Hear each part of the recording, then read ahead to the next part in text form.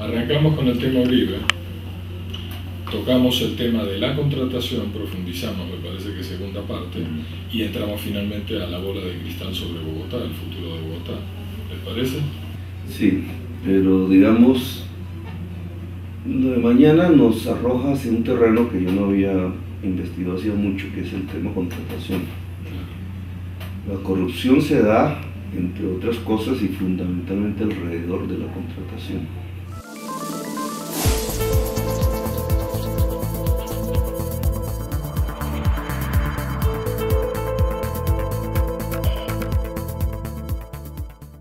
Una segunda enfermedad del capitalismo, que también deriva del neoliberalismo, de su fase neoliberal, que es la contratación.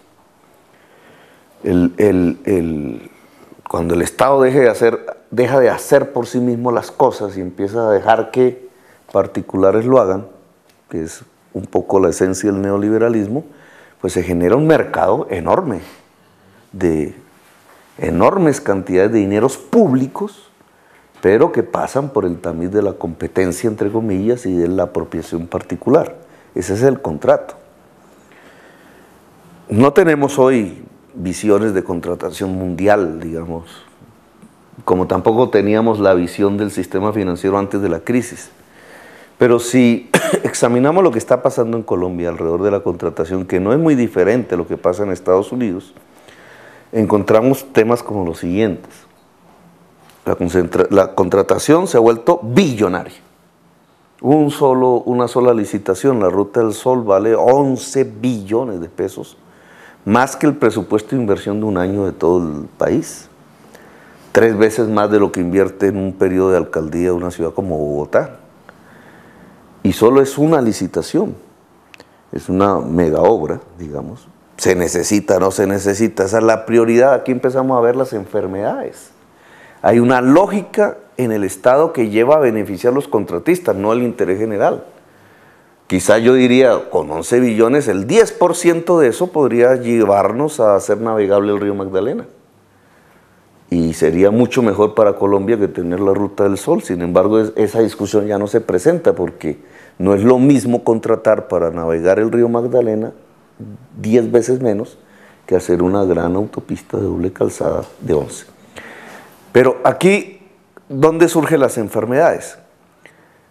Los que hacen la obra no tienen ellos el dinero. No es que sacan de sus cuentas los 11 billones y hacen la obra que el Estado después les va a devolver con alguna utilidad. No, ellos se endeudan. Ellos se endeudan, incluso lo vimos en el caso del Grupo Nule, con el mismo Estado que les da el dinero para hacer la obra. O en el sistema financiero nacional o internacional. Primer problema de la enfermedad. Es decir, son intermediarios del endeudamiento. Segundo problema, para lograr la contratación, y ahí está la corrupción, compran o les exigen. Ese ya será un tema más delicado, establecer la responsabilidad. Ambas cosas, compran y les exigen. ¿De dónde sacan los recursos para pagar las comisiones? Que siendo contratos billonarios también son billonarias. Se miden por centenares de miles de millones de pesos. Pues de los mismos recursos con que se han endeudado. Por ejemplo, el anticipo, que es una deuda con el Estado, es usado ya no para hacer la primera parte de la obra, sino para pagar las comisiones y parte de su propia renta, que sacan por adelantado. Y entonces cuando eso sucede, pues hay un momento en que el equilibrio se rompe porque no tienen con qué hacer la obra. Tenemos un tema para auscultar detalladamente.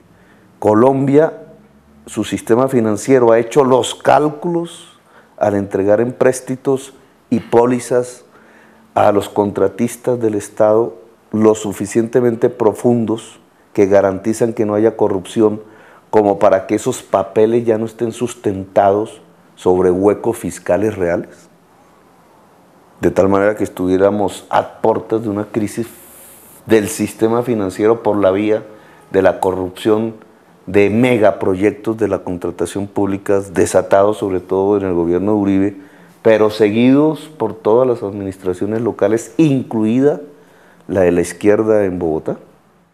En este problema de la contratación en Bogotá, lo que está pasando, la cadena de obras con las que se paga lo que se está colgando desde la obra anterior y se abre una nueva obra para pagar esto, es decir, la sucesión esta, la burbuja que estamos llamando, ¿no es cierto? ¿Hay nombres propios de este problema? El caso Nule, que estaba en ambos también, pero que es el que cae en desgracia, ¿cierto? Cae en desgracia, ¿para qué? Para que los otros tres se apoderen del mercado que tenían los Nule. Es decir, ni siquiera es que la caída del grupo Nule propicia una depuración de la contratación, sino al revés. Parece ser que es una caída construida para concentrar aún más las garantías, los dineros, los contratos, las prebendas que le entregan las administraciones a los tres más grandes grupos. Pasa en la nación, pasa en el distrito, es decir, la administración distrital actúa coherentemente, engranadamente con la administración nacional en este tema de la contratación. Es decir, se le está entregando a los contratistas por adelantado billones de pesos, no solamente en la administración, sino en el país. Ahora, ¿por qué ese crecimiento en el anticipo? Allí hay una lógica que no es simplemente el del lucro personal. Pues el anticipo se supone que es el billete que se necesita para hacer la obra de entrada. Una fase que después se examina y entonces se entrega otra parte del contrato. No, aquí crece por una necesidad del contratista de liquidez. ¿Por qué necesitan estos grandes contratistas liquidez?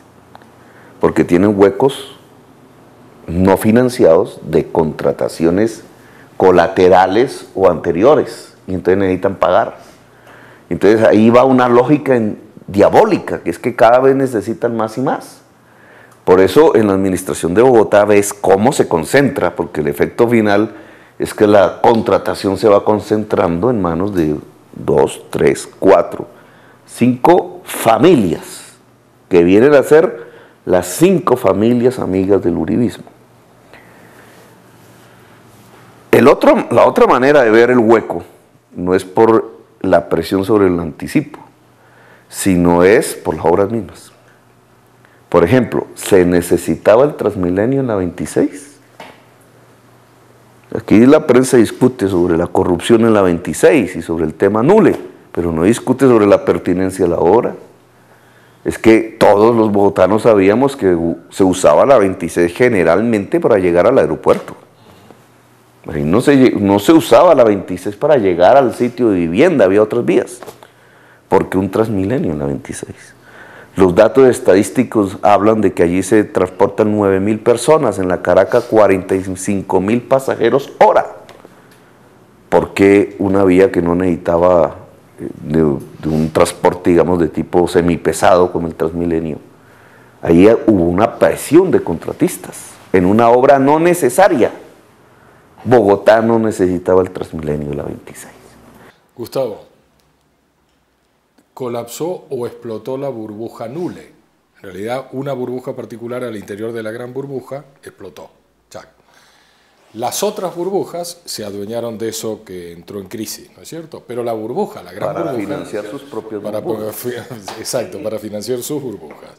La pregunta es, ¿la burbuja de la contratación, la burbuja de las grandes obras, necesarias, no necesarias o revueltas, en algún momento puede colapsar? Es más, sin hacer gran futurología, uno podría decir que van en un curso de colapso o de explosión.